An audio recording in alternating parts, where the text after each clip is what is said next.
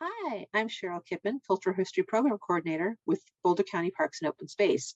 And we're pleased you joined us tonight for virtual learning, Under Your Feet, Geology and Mining History of Boulder County. And I'm going to introduce our presenter, volunteer Marcus. And here we go. Marcus Rashke is Professor of Physics and Material Science at the University of Colorado. His research is on the development and application of new optical microscopy techniques to resolve the quantum nature of materials at the elementary scales of its atomic constituents. In parallel, he pursues a scientific interest in the earth sciences and mineralogy, with research in the Colorado Front Range, North Cascades of the Pacific Northwest, and the mountains of the Sichuan of the Tibetan Plateau. Marcus is also an active prospector, and his combination of mineral field collecting and exploration with a scientific purpose earned him the honor of Fellow of the Explorers Club. So I'm pleased to introduce Marcus, and he also volunteers with us at the Netherland Mining Museum and the Assay Office Museum. So Marcus, go ahead and take it away. Thank you so very much. Played I need to accept this here. Played a significant role, in fact, with many unique and first discoveries, both of the mineral deposits, and those in turn really drove much of the research in earth science in Colorado, and some of the history of Boulder is really intricately linked to many of the developments in Colorado. And this is actually continuing today based on a fairly unique geology, notably also in Boulder. So as Cheryl already introduced, who am I? I'm not a geologist. I pursue laser science, and I study quantum properties of materials at CU. And so this activity typically in a dark laser lab. And so for me to see more of Colorado's blue sky, this is actually where over the past 2 years, I dabbled into geology, now with an active research program, which has been based on a lifetime passion actually for mineral collecting and alpine mineral prospecting, as you can pursue it in the Rockies. So what I'd like to cover in this talk are several aspects which I think give you a broader context of Boulder County, the geology and the mining. And so we'll start with a couple of words about what was before them. In the picture, the early prospectors, often with limited expertise in mining and limited expertise in metallurgy, ore processing, and dabbling around the mountains. But there were those who were here before them, and I want to say a few words about that. So then we'll go to right in to the Pikes Peak Gold Rush, because this was really this pivotal moment, which brought really Colorado, the Front Range, really in the center stage of U.S. history and mining. And then we'll focus on Boulder. And in fact, many of the early activities very quickly centered on Boulder County, or what's Boulder County today. And we'll go through what's the reason for this, and how that evolved. And then we'll just pick a almost random example of a typical evolution in a mining town. Boulder was more a supply center, but Ward is situated right on top of a mining district, on top of mineral veins for gold, silver, and lead. And we'll take a look at this as just one example out of hundreds in Colorado. We'll go into a mine where we look at a typical life cycle of a mine, and this legacy, in good and bad ways, is actually still living on today.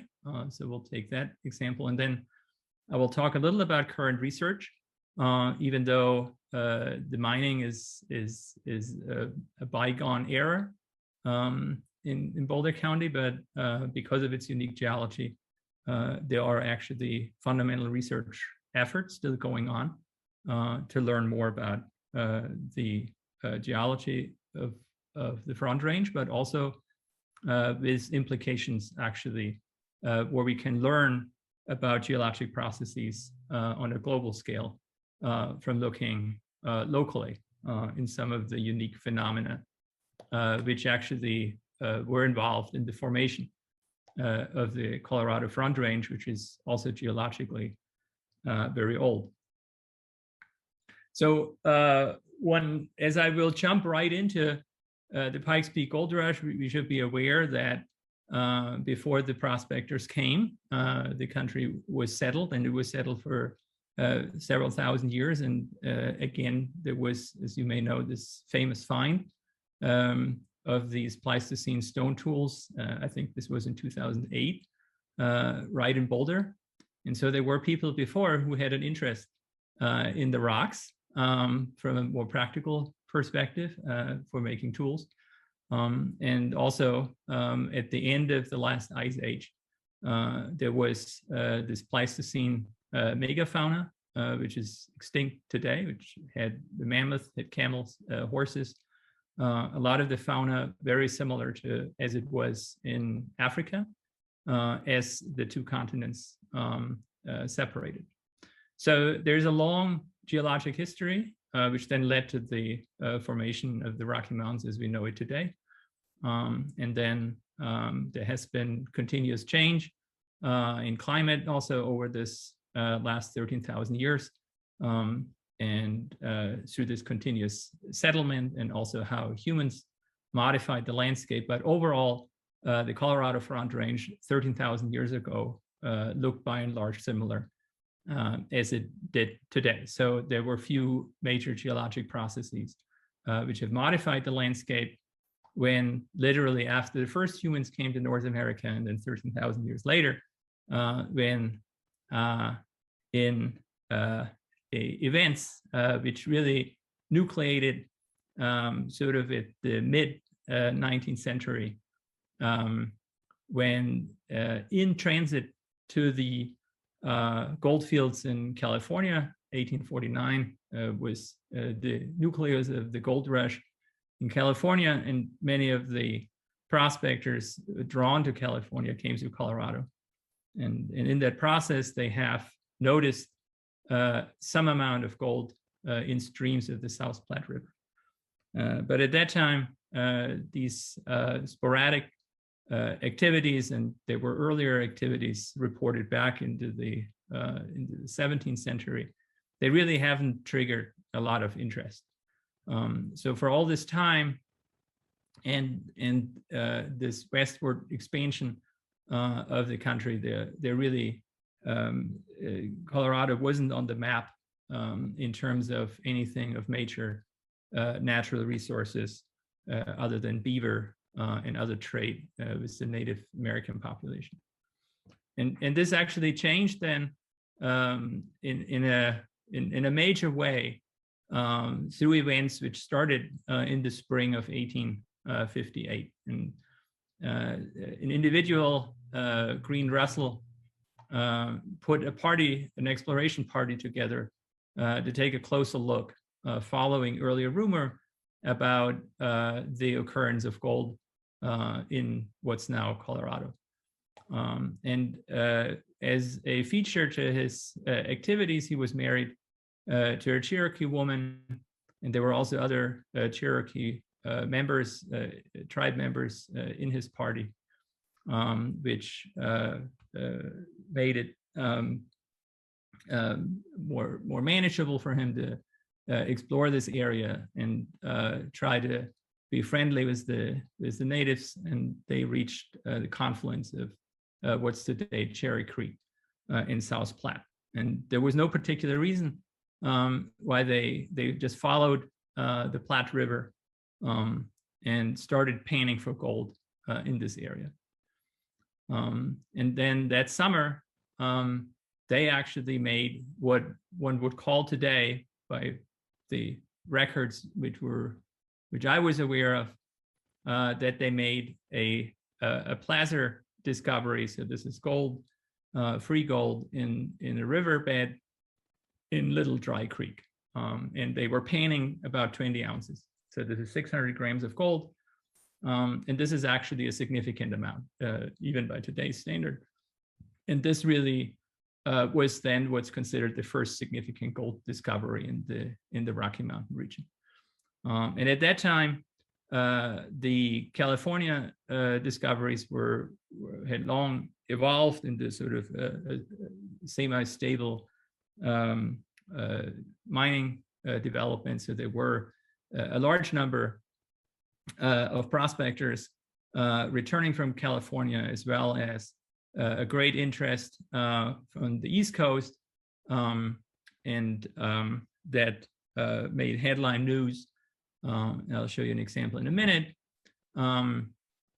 And this activity there continued then through the winter and into January, where one of the party members, John Gregory, expanded the search in the Denver area, what's today Denver, up in Clear Creek towards what's named now Gregory Gulch. And this is in fact what's the Black Hawk Central City area, and which became a major mining district, as well as where George Jackson then moved into the Idaho Springs area and made major discoveries there. So it was really this 1859 Eureka moment of these, albeit small, but nevertheless significant discoveries, which put Colorado on the map. And it was then really that through these subsequent 2 years, there was a major influx of people. So it's estimated that on the order of 100,000 migrants came into the area as gold seekers. And this really became the greatest gold rush in North American history. Many of them inexperienced, and the stories go that as some early arrivals either found already claimed areas, were not successful as their own prospecting, and in disappointed way went back. And so at times along these trails coming from the east, there were an equal number of prospectors, miners, and associated people who migrated towards Colorado as they were migrating back. So there was almost sort of an equilibrium of influx of new people to those who left. And so this is what really coined this term of the 59ers, similar to what the California gold rush was the 49ers was. And the motto was Pikes Peak or bust. And this is because Pikes Peak was from previous explorations, I think from the Fremont expedition, was this iconic named mountain, even though all the activities were not concentrated in any way near the Pikes Peak area, which in fact is not, is geologically barren actually from major gold deposits, and I'll show you this in a moment. So this is only what gave the name to this major gold rush in 1859. Here's an example of what then a lot of the promotion looked like out east. There were lots of articles written, lots of newspaper articles on largely exaggerating, of course, many of these activities.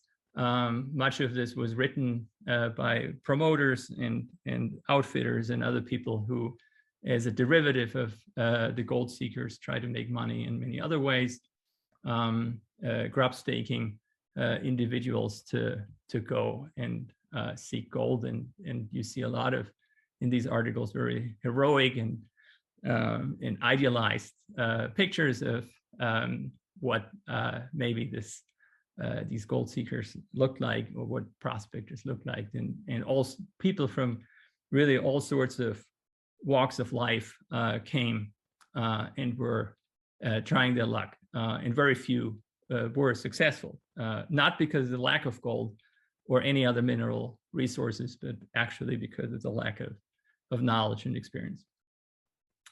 Similarly, maps were drawn from land speculators and merchants in the entire derivative economy, which is associated with supplying mining and prospecting activities, showing the trails to take, and only some of them were actually factually true, and so others were less so, and were to look for gold. So a lot of these mining promoters, this was a whole story in itself, how this what the entire byproduct of this prospecting activity. So as they were finding the gold in the foothills in the area around Denver and Golden, Idaho Springs, and going out further west, it actually turns out that they did hit, as we know today, an interesting area in Colorado, which is actually now famously called this Colorado Mineral Belt. This Colorado Mineral Belt really extends across western Colorado from the southwest near the San Juan Mountains. Here is Ouray, Telluride. And so a lot of the place names, which are all familiar to you primarily today as ski resorts, from Aspen, Breckenridge, there's Leadville, then Georgetown, Idaho Springs, all the way to the northeast. And it really terminates literally in Boulder County. So here's Boulder. Jamestown is really the northeast terminus, where it's believed that this mineralized zone dips then under the geologic formation to the further to the northeast. And so as the prospectors came hitting this Denver area, they were not too far, as you see here, from Idaho Springs and Central City. And this is where the first placer gold came out of the creeks, which they were then working uphill to eventually find the source in this zone. And so this Colorado Mineral Belt is really a region of globally significant major ore deposits. It's about 50 miles wide and about 300 miles long. And this mineralization in this extended area is really the result of intrusions from what is called the Laramide orogeny. This is the period from about 72 to 40 million years ago, in which this uplift of the Rocky Mountains as we know them today has occurred. Now, what's interesting also, and this is why you do know many of these mining town names today, is because the same area stands geographically or topographically high. So almost half of the Colorado 14ers are also actually concentrated in this area, and this is why you also see a lot of these former mining towns, which are now the major centers of the ski resorts. And some of the mining towns like Crete have a beautiful motto, which for the tourist industry development, which I think most of the tourists don't even know what they mean. And they have a great signage which says, we have a silver past. So Crete was a silver district, and a golden future. And the golden future is that now we are mining the tourists. So this Colorado Mineral Belt stands topographically high. And what caused its formation primarily is that there is an earlier lineation here, lineament, which is of Proterozoic time, the Proterozoic shear zone, and that caused a weakness, which then allowed then the circulation and emplacement of a lot of these mineralized fluids in this area. And so it's this lineament which then facilitated both this unusually tall uplift forming the 14ers and impregnating these mountains then with mineralized veins. And this is really what the were coincidentally really starting in this area where the prospectors were able to reach this. All these other southern areas were explored much later.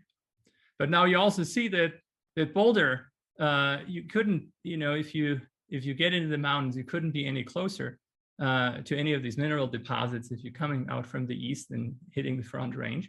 And so you can guess that it won't take too long then before Boulder County was discovered and the mineral deposits in Boulder County, and we'll get there in a minute. So I mentioned earlier that there was this early discovery of on the order of 20 ounces of gold, so some 600 grams. And this was now in 1859. And so if you go then from 1858 to 59 to today, in Colorado, there are about 25 million ounces of gold have since been extracted. So this is about 780 tons of gold.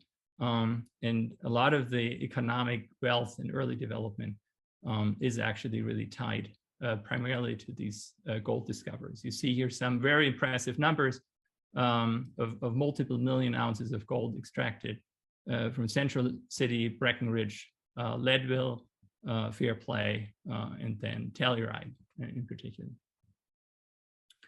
So to get a little bit of cross-section view, and we won't go too deep into the ore forming processes, but what is significant is you all know that Colorado stands topographically high overall, including Boulder, and this uplift of Colorado, the formation of the Colorado Plateau, this what I mentioned earlier, what's called this laramide orogeny. Orogeny is mountain building processes. This is a result of the subduction of one of the Pacific plates. This is actually the Farallon plate, which subducts under North America.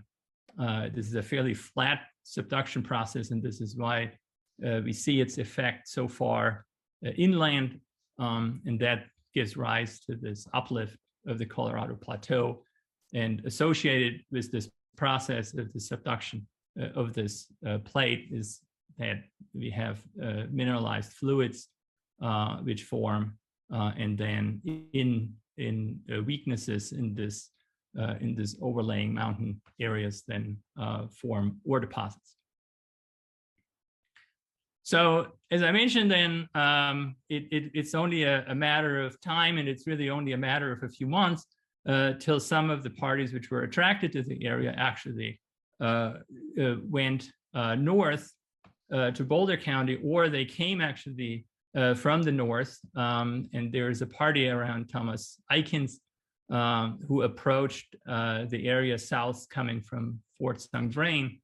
And as they came already after some of the major discoveries were made a little further south, and many of the areas were already claimed, they were trying their luck in areas which haven't been looked at too carefully. And so it is said that in October 1858, his party then set up camp at the mouth of Boulder Canyon, supposedly in what's now the area of Settlers Park, although this is uncertain where exactly they were setting up camp.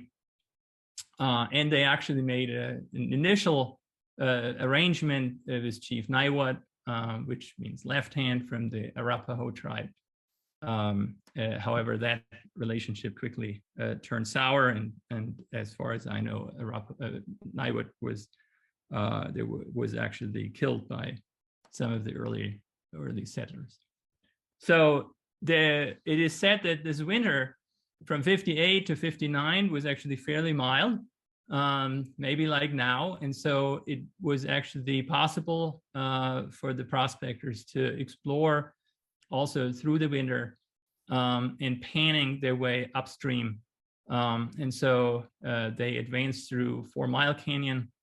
And then as you go up that direction, you're getting to Gold Run, or what's today called Gold Run, or what they named thereafter, which is this drainage south of Gold Hill. And they found placer gold.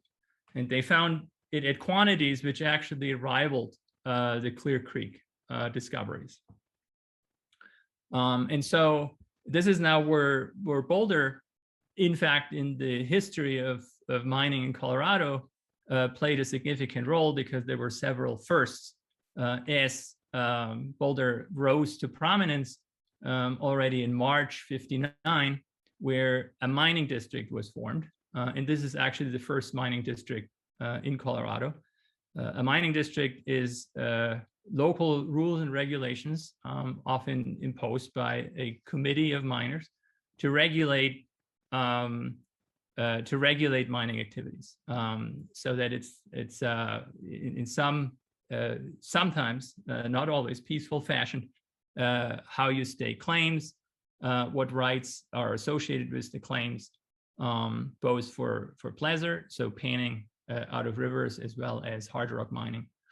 And so this was organized as the first mining district in Colorado. Then it didn't take long until the miners actually found the source of the gold in the river. And this is the typical process that, as it's depicted in here, you work through river gravel and with more or less primitive technology, try to extract the gold from the river gravel. But the source of the gold is, of course, in hard rock. It's in the veins, in the outcrop.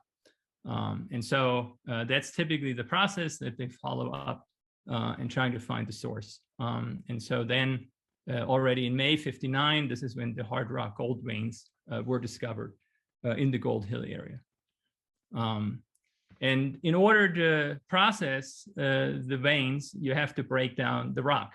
It was relatively easy to mine because the land surface is relatively old. There is not as much erosion because it's relatively dry. And so the rock breaks relatively easily, but to extract the gold, you have to break the rock down further and pulverize it. And so this is done mechanized, typically horse-powered, later steam engine powered, and already in the summer of '59 was where the first mechanized mill was installed in Colorado, and this again happened, in fact, in Boulder. So the activity expanded then in the subsequent year, and there was what's called the Gold Hill Gold Rush. There was a major influx of people. The Gold Hill rose, and there is varying sources, up to 2,000 people, post office and all established, and all the major Boulder mining districts were discovered. So beyond Gold Hill, you got Jamestown, Ward, Nederland, and Boulder town itself really got established as a supply center for all these mining activities.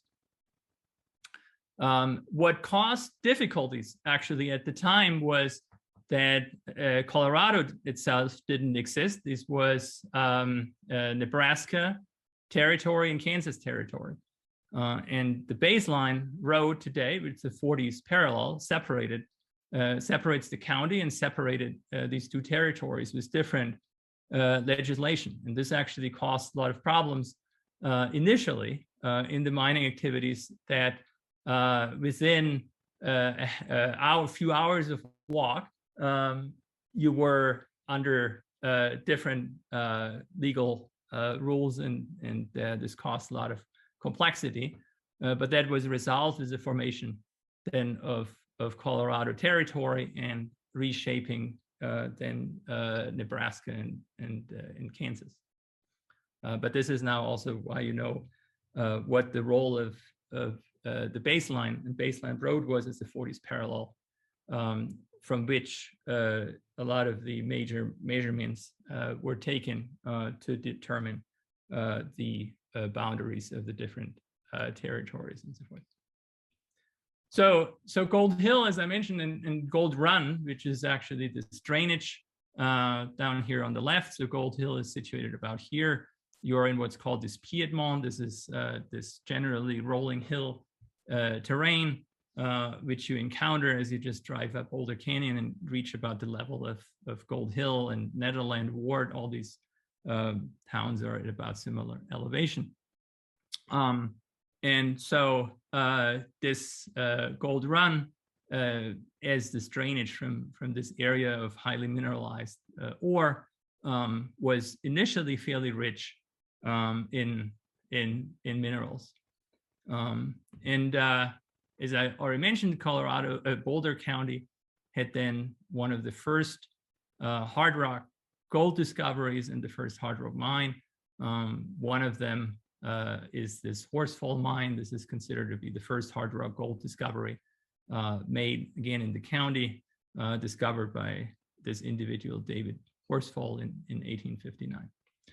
That mine alone, over the course of 3 years, produced about $200,000 worth of gold. So it's a significant amount at the time.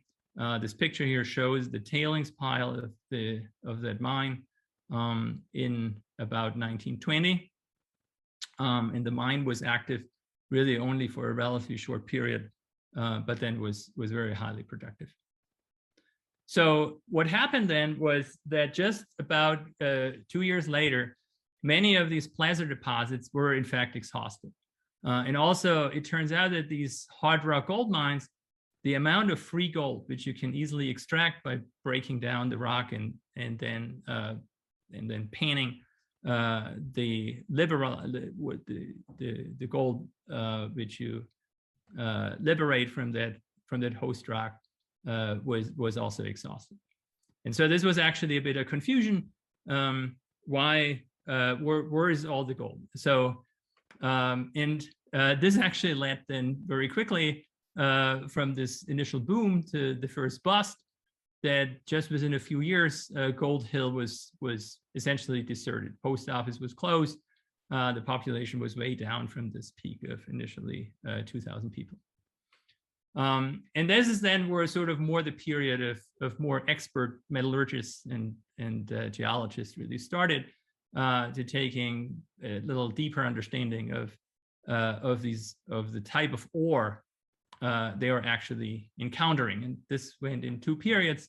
One is that a individual of Nate Hill, who was actually a renowned metallurgist, developed processes, in fact, at the Black Hawk smelter, to process one type of ore which was found, which is where the gold is disseminated in pyrite. Pyrite is a metallic, yellow shining metal iron sulfide. It's often called fool's gold because for an inexperienced person, it may look like gold. But if you actually see gold, then you really see the difference. But they were able to develop a process by which they could actually extract the gold from these veins. So this led to a little bit of a revival, but one key discovery happened in 1872. And this is that it was recognized that what actually occurs in Gold Hill is a totally different type of ore than what miners and worldwide were really familiar with at the time. And this is called the Telluride Wars.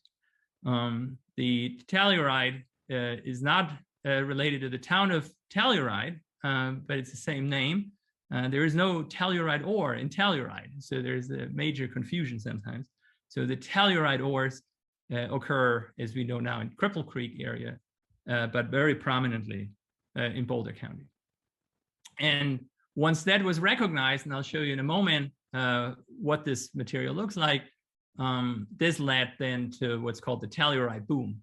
And it turns out that once that was recognized, a lot of prospectors came back and they noticed that previous prospectors, they just threw this ore, unrecognized, that it's actually extremely rich in gold bearing, just onto the pile, onto the tailings, without any further notice. And there are a lot of great stories how once some of these miners understood what it is, they were carefully eyeing that there were other prospectors who let their claims lapse, where they knew that these guys were just throwing this Telluride ore on the pile. So there were people sitting on money and just didn't see it. And I'll show you in a moment, and many of you would not recognize this either. But this Telluride boom then led to really 50 major operations. The population of Boulder County literally exploded in these few years, from less than 2,000 people to actually more than 10,000, who were all drawn back for the second mining boom. And these gold tellurides really, this is where Boulder County, as the major source, really rose to prominence, both from a mine engineering and geology perspective, with the worldwide interest of geologists in Gold Hill at the time. These ore samples were shipped worldwide, and previously these tellurides were not known at that quantity from other localities worldwide, and they were considered to be an uneconomic ore. So here is how gold ore, or how gold looks like in the near surface area when you open a vein as it's been weathered over hundreds or thousands of years. It actually turns out that these gold tellurides decompose in the presence of the oxygen from air and with water, and then you get the visible gold. But it's actually only on the surface, and this whole chunk here is actually primarily composed in this gray-black material, which the miners didn't recognize is actually a compound consisting of gold, silver, and tellurium, these primary elements, with often a variable, depending on the type of mineral, then varying content of silver or gold. But it looks fundamentally different. It no longer has this golden color. Here's another example now of an unweathered mineral. This is called Silvanite. This is again a silver gold tellurium alloy, and it's a fairly soft white metallic material, and the miners did not recognize that this is an extremely rich gold ore. It is extremely simple, however, to extract the gold, and what you need to do is you basically just need to roast the ore in the presence of an air stream. You just heat it up, and that would liberate the gold, because the tellurium will then oxidize and go away in the form of actually a toxic fume, but that's a separate problem.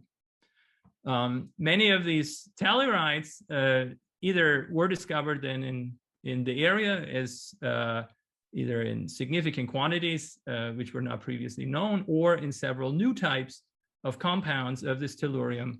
And this is a famous one when there is no gold in this compound. This is mercury compound with tellurium. But this is actually a mineral which was then named after Colorado, so it's Coloradoite. And it's a much sought after and highly prized collector's item from the mines in Boulder, and the type locality, so the locality where this has been first discovered, is actually Boulder. So this is really an exciting aspect from sort of a geology and mining history perspective. So following these Telluride booms, the mines eventually got extinct. It's difficult to mine at depth. These deposits are locally rich, but generally disseminated and hard to mine as you get to greater depths, because you have to remove an increasing amount of host rock to get to the mineralized zone. So at the end of that, then there has been different subsequent mining booms in Boulder. Some of you may be familiar with tungsten. Tungsten was discovered initially as a byproduct of limited interest, but then up to World War II led to a major mining boom again in Boulder for tungsten. And then later there was a period of fluorspar, so fluoride mining, concentrated in Jamestown. But I'm not going to cover this, otherwise we'll be here till midnight. And I don't know much about it either at this moment. So I want to now focus actually on sort of a typical life cycle of a town, and then we'll take another look at a particular mine. And many of the histories of these individual mining towns are actually all resemble each other.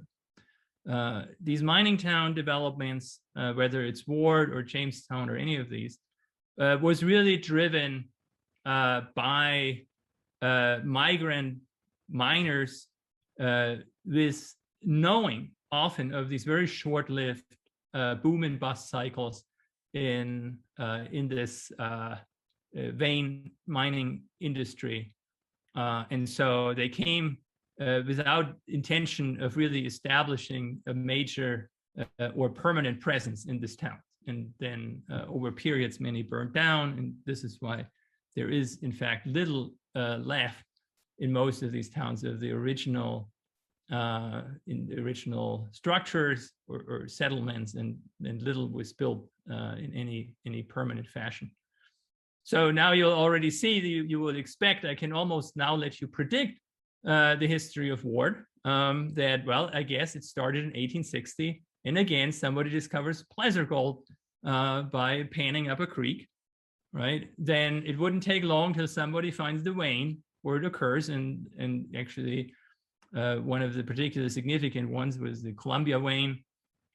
You're organizing a mining district for some form of semi-civilized life and mining activity. And then we're going through the usual boom and bust cycles, many driven also by technological advances, how to extract the ore, providing its different challenges depending on the chemistry and how good a metallurgist you are, and how this grow and go.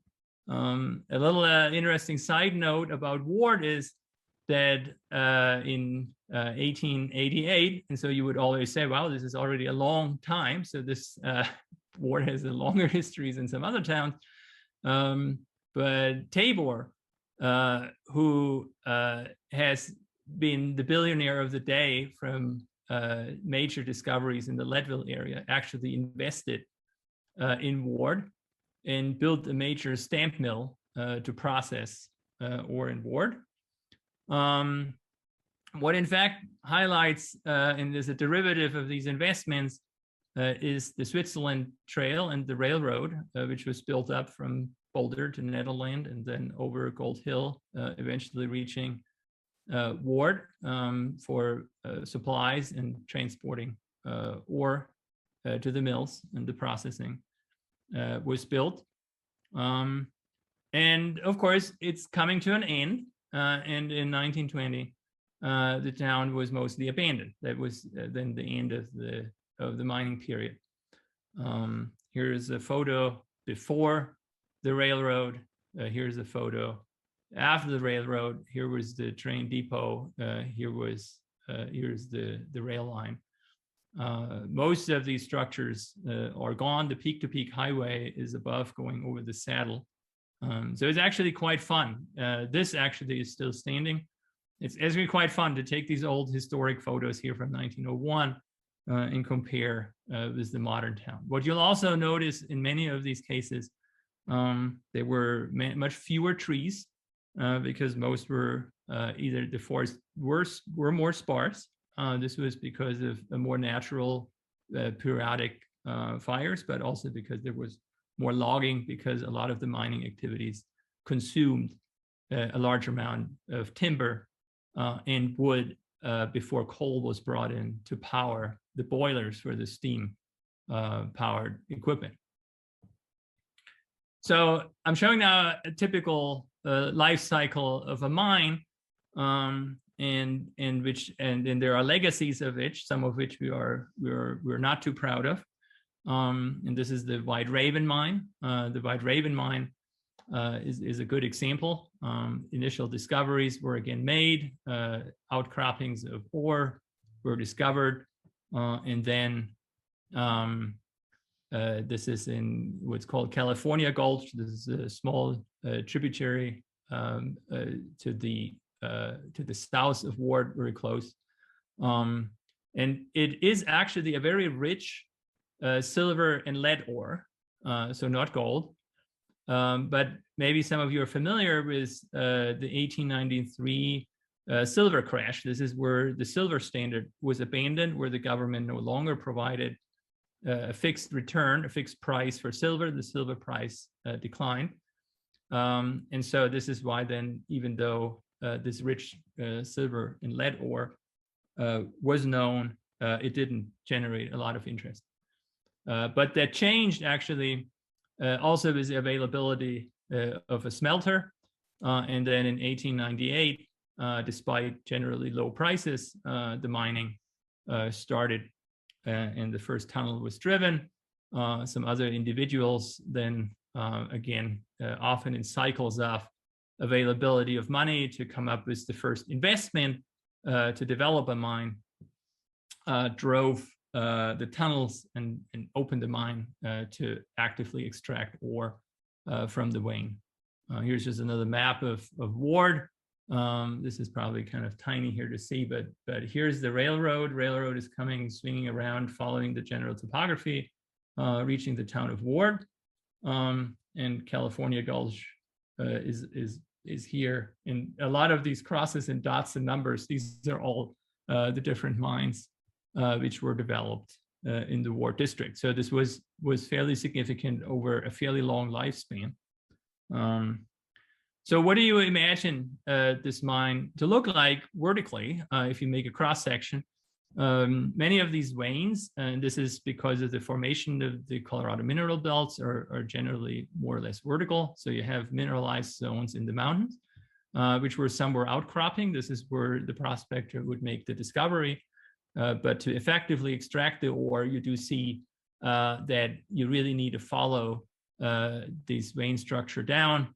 And there are different ways of doing this by either sinking a shaft down, then you have to pump water, of course, and then you make what's so-called drifts onto the mineralized veins, and then you what's called stope out the ore body. So you are removing the ore and pull it out through either the head frames. This is a structure you often see remnants in Colorado, pulling it up on a vertical shaft, or you transport it out on a tunnel.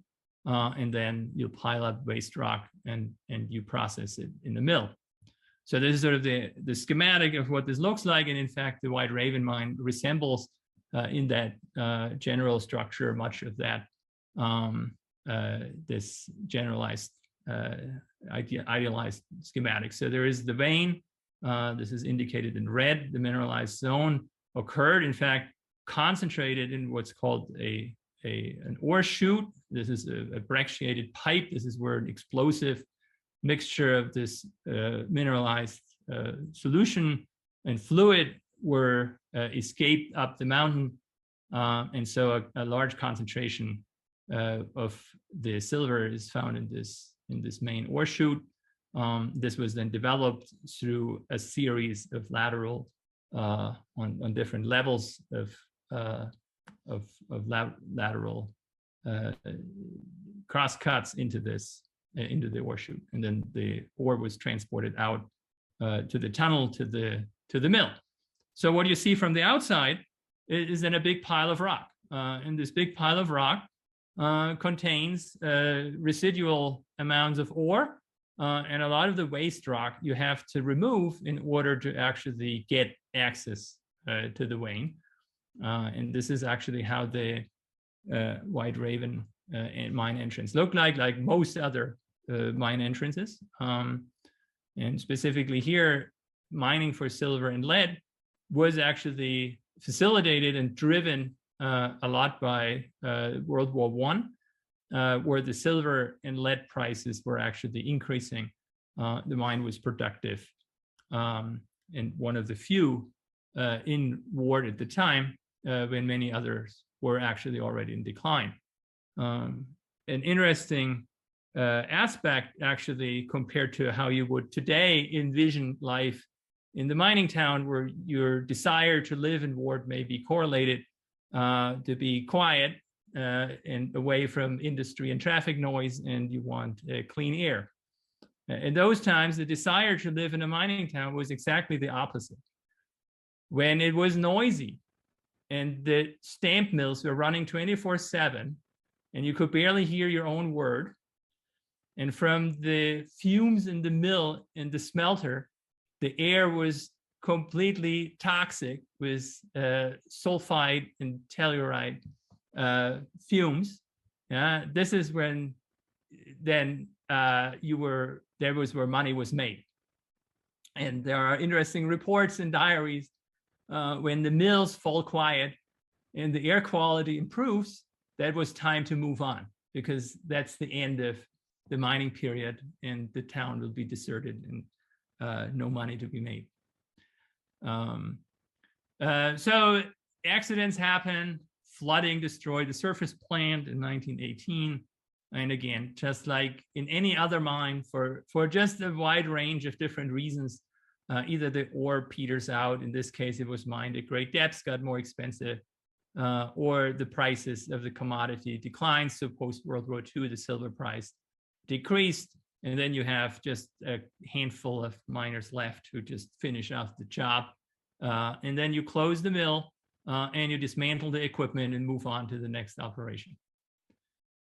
What's still keeps the White Raven mine alive today in the memories of a lot of people, and especially actually mineral collectors, is that the ore was exceptionally pretty because it's a mixture of wire silver down left here, the galena, this is the lead sulfide, this was the lead ore, so they were going for both and extracting both the silver and the lead value. This is generally makes the mine often productive if you have multi-metallics, where you can either sell one or the other, and the prices and the price variations kind of compensate sometimes each other.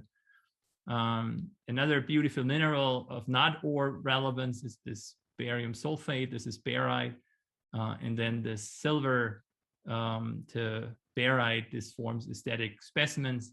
There's also siderite. This formed these nice stalactitic forms, and sometimes the galena on this siderite. So this is actually a very characteristic for this mine, and this is why this mine among mineral collectors today, just like the Tellurides from Boulder, is also still known among the connoisseurs of these ore minerals, actually still worldwide.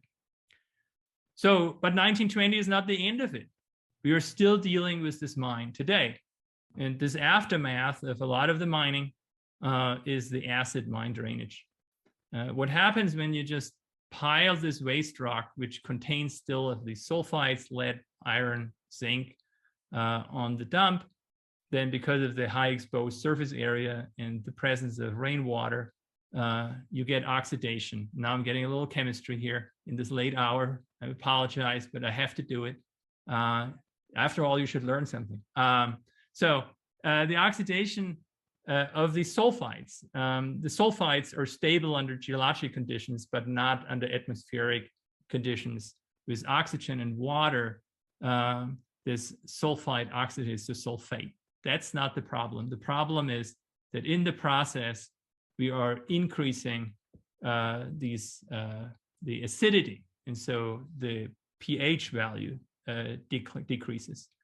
This is sometimes actually, it's a complex chemical reaction. This includes microorganisms, but the net effect of these reactions is really this increasing acidity of this water which drains out of these tailings, and this lowers the pH, and that dissolves and also a lot of these heavy metals, which can be part of the ore vein, and that goes into streams. And this is a particular problem, of course, in Colorado, where we have generally low precipitation, so we have low runoff.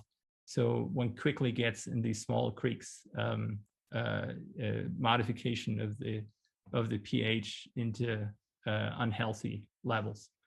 So that's why, as of today, you see a lot of remediation activities in Boulder, as well as, in fact, by Ward. This White Raven mine is under Superfund reclamation effort, where with great technological effort, this needs to be contained.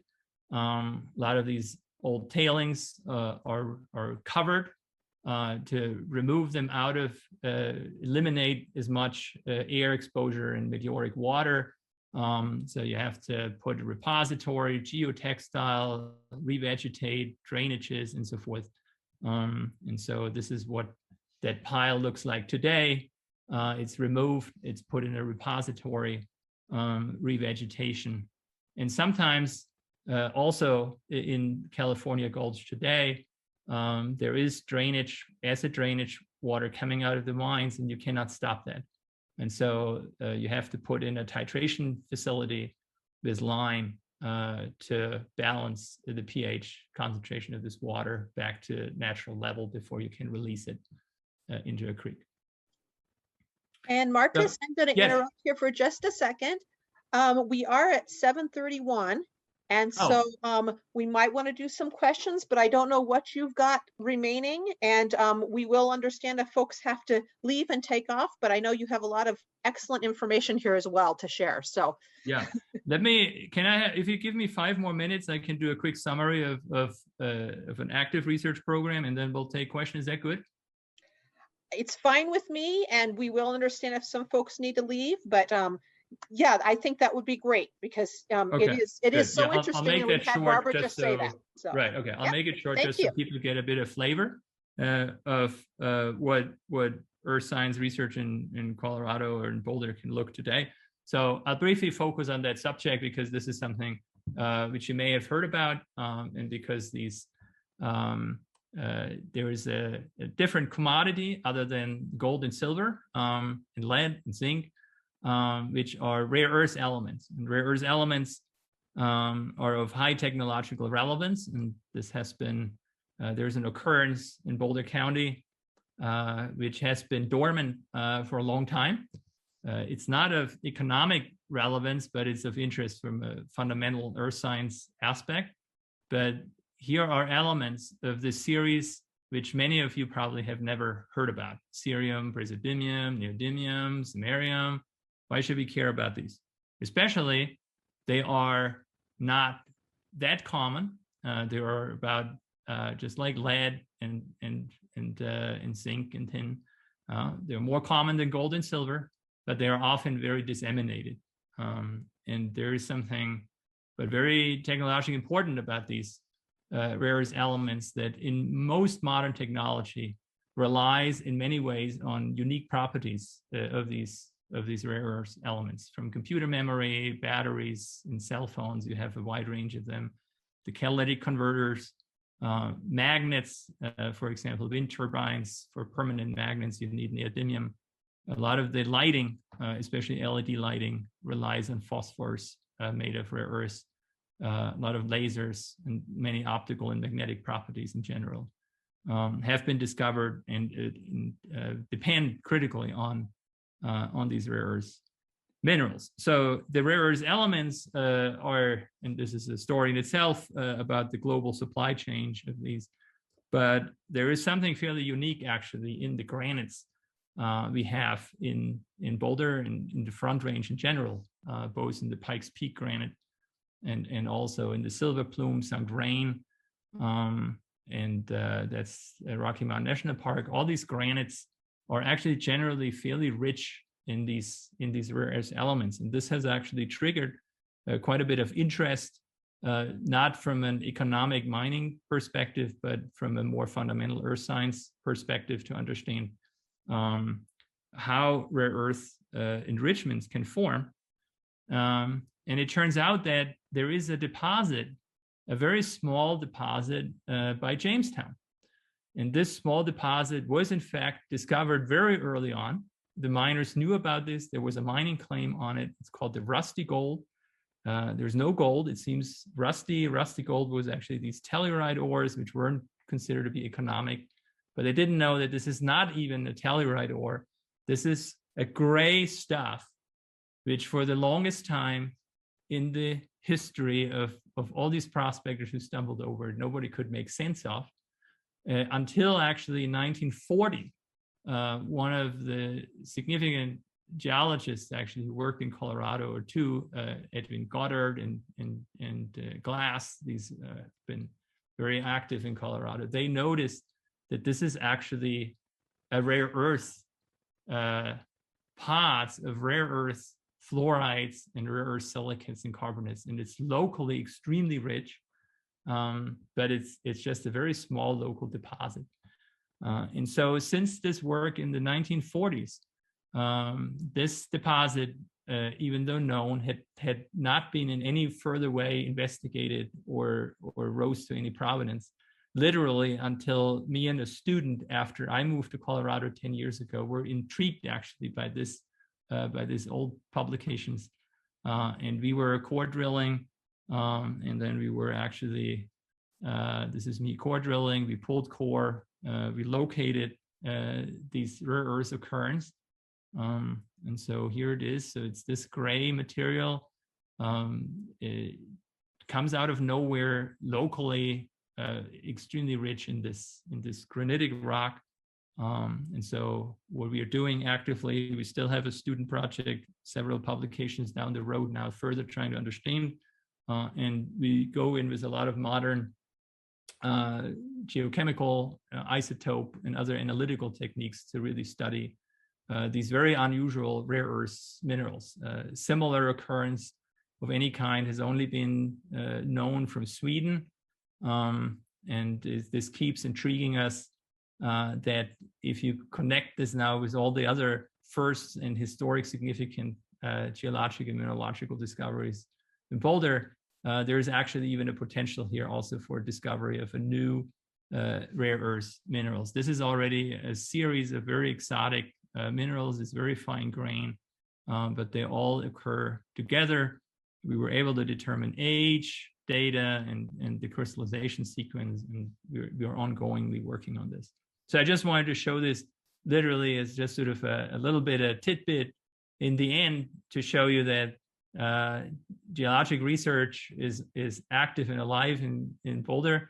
The mining is something of the past, occasionally sporadic activities like some gold panning or the reopening or attempt thereof of the Caribou mine, as long as some investor is willing to sink money in there.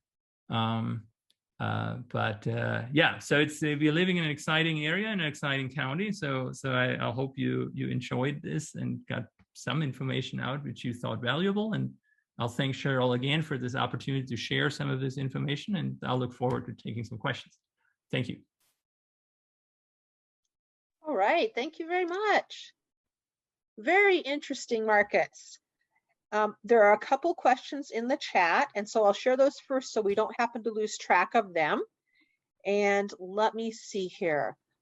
Susan has wondered about the sources of the maps, of the gold rush and other kinds of maps that were used in the presentation.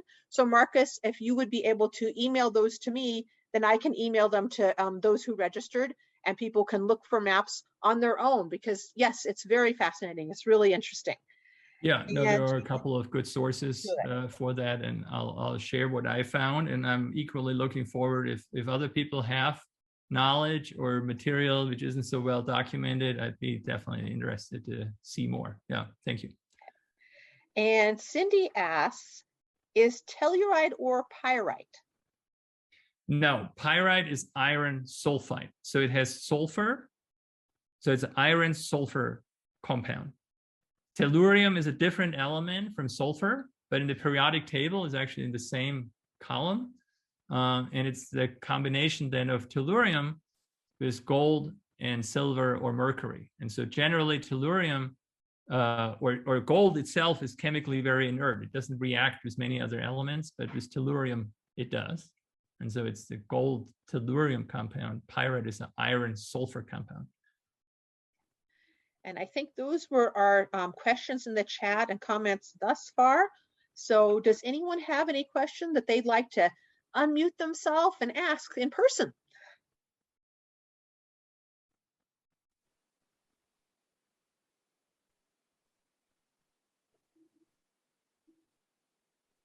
Well, it looks, oh, go ahead. Well, not a question, just a comment. I thought this was fantastic. You know, thank you very, very much. I thought it was incredibly interesting. So thank you. Yeah, my pleasure. Thank you. And Anne, one question. Yeah. Is it worth going back through some of the old tailings and finding some of these rare metals? Yeah, that has been looked at on and off. For example, the White Raven mine was reassayed, the tailing, whether reprocessing and extracting what they couldn't extract with earlier technology would be worthwhile. Some of these efforts have been successful. Generally, they have not been successful, and the reason is often the small quantity. When you look at modern mining operation, these are large mines. If you come in with 200 tons from a specialized ore, which still has some but low value, and compare this what these then chemically finely tuned large operations process, they process this in an hour, but they would need days or weeks to get their whole chemistry reset. And this is then where it's often not economic. But there are enough people who will tell you how exciting this would be, and there are Telluride mine tailings. They do have gold value, but the facility costs, the processing, permitting, all this far exceeds generally what you can extract. Earlier on in the introduction, it mentioned that you spent time in the North Cascades in Washington and someplace in Asia. I can't remember exactly now. What do you do there? So one of the main research areas is actually related to these rare earth minerals and the rare earth geology. So we look more actually also in the South Platte district, and in the North Cascades, there is a related granitic intrusion, which has some of these rare earth minerals. So we study those. And in the Citroen Mountains, there is a very famous mineral deposit, which has been mined for tungsten and for many mineral specimen of very high aesthetic value, actually. So it's on the global mineral market of significance, but there were very few people have yet, because of access difficulties, it's in a fairly remote part of the mountains at the edge of the plateau. So there haven't been many people exploring this and extracting material for research purposes. So that's what we do there. There's a question in the chat. John asks, do you know why Telluride was named that way if there's no Telluride ore there? So that's a great question, and I need to, yeah, I don't remember this. I think I read it somewhere how this happened. I give you an anecdote, and then you can fact check if that's true. I think it's actually related to that these Telluride ores were discovered in Boulder, and they were significant. There was a gold rush and boom in Gold Hill. And I think Telluride, the town, was named in reference to these Telluride, or to attract miners and prospectors to that area. So it was a branding concept, as far as I know. I'm happy to stand corrected, but that's certainly something worth reading about it, what the true story is, how that town was named after the Telluride ore. Yeah. So homework for everyone.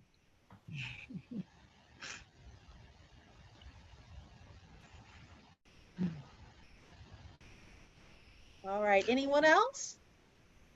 May I make just a comment? Sure, Sue. Marcus, this is fascinating. And I love to, when I go to the podium at city council meetings or what have you, approach and inform them that I'm the matriarch of a 6th-generation Boulder family. My grandson's great-great-great-grandfather was Moses Ingram of Ingram Gulch and the Ingram Mine. Oh, no. Yeah, in near Silvanite, yeah.